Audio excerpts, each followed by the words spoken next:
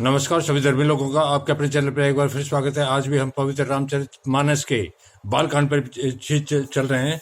निज कर डांसी नाग रिपु छाला, बैठे सहज हिम शंभु कर पाला। कुंद इंदु दर गोर शरीरा, भुज परवल परलब परिधन मुनि चीरा।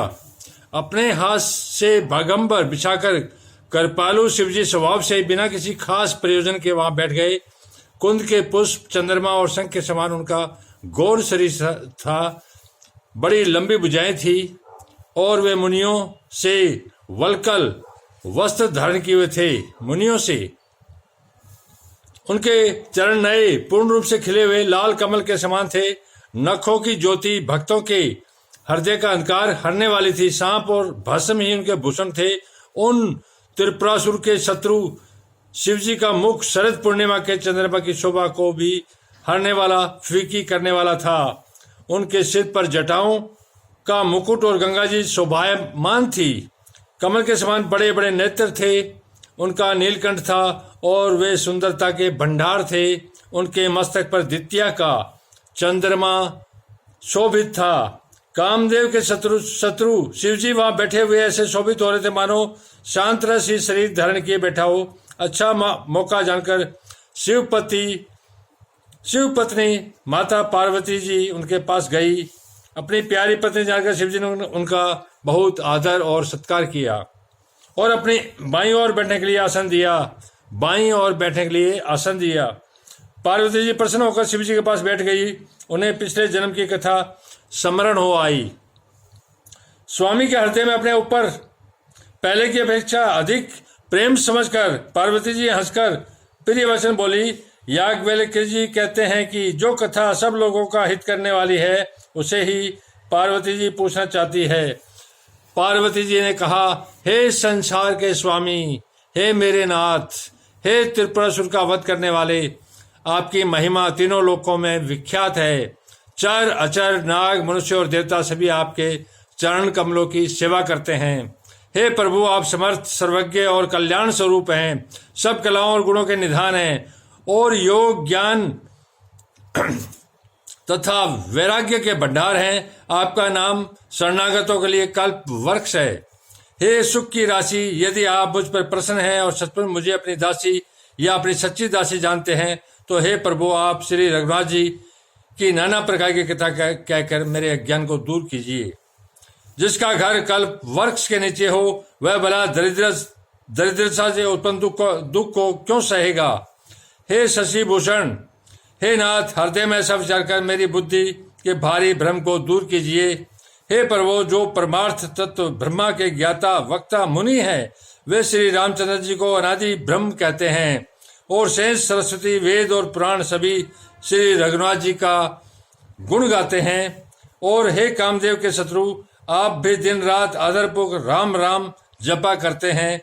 ये राम वही अयोध्या के राजा के पुत्र हैं या अजन्मा निर्गुण और अगोचर कोई और राम है।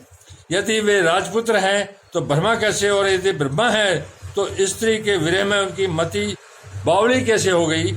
इधर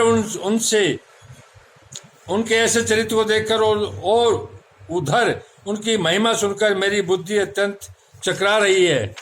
यदि इच्छा रहित व्यापक समर्थ ब्रह्मा कोई और है तो हे नाथ, मुझे उसे समझाकर कहिए। मुझे नादान समझकर मन में क्रोध न लाइए। जिस तरह मेरा मोह दूर हो वही कीजिए।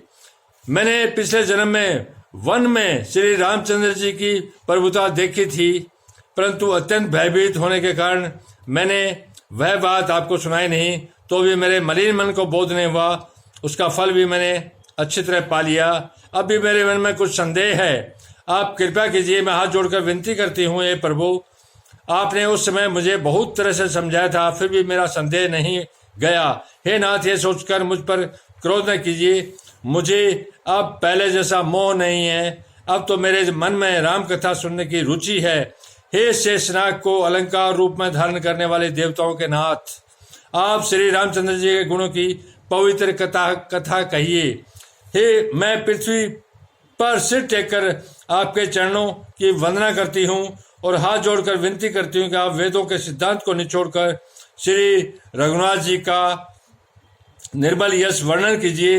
यद्यपि स्त्री होने के कारण मैं उसे सुनने की अधिकारिणी नहीं हूँ, तथापि मैं मन, वचन और कर्म से आपकी दासी हूँ। संत लोग जहाँ अर्थ अधिकारी पाते हैं, वहाँ गूढ़ तत्व भी उससे नहीं छिपाते। हे देवताओं के स्वामी, मैं बहुत ही आर्द्र भाव दीनता से पूछती हूँ, आप मुझ पर दया करके श्री रघुनाथ जी की कथा कहिए। पहले तो वह कारण विचार कर बतलाइए जैसे निर्गुण ब्रह्म सगुण रूप धारण करता है। पहले तो वह कारण बताइए जिससे कि निर्गुण, जिसका कोई रूप नहीं है, वह स्वरूप लेके स्वरूप में प्रत्यक्ष रूप से कैसे दिखाई देता है। धन्यवाद। आप लोग इसी प्रकार अपने इस चैनल पर बने रहिए। मैं आपको एक परमात्मा और उसके ज्ञान पर ही लेके चल रहा हूं। दुनिया के तमाम धर्म ग्रंथ एक परमात्मा उसी की ओर ले जा रहे हैं। ये धरती के तफरका डालने की बातें हैं, लोगों को भ्रमित करने की बातें हैं कि जो एक परमात्मा को दो में कहता है और जो एक परमात्मा को दो में मानता है, वो दोनों ही अंधे हैं। परमात्मा एक है तो धर्म एक है और उसका ज्ञान भी एक ही है। अलग अलग मनुष्य पर परमात्मा अलग अलग अपना नियम और ज्ञान कैसे लागू कर सकता है, वो सारे जीव जंतु और जड़ चेतन पर सभी पर एक समान लागू है। धन्यवाद। शुभ रात्रि। कल फिर मिलेंगे।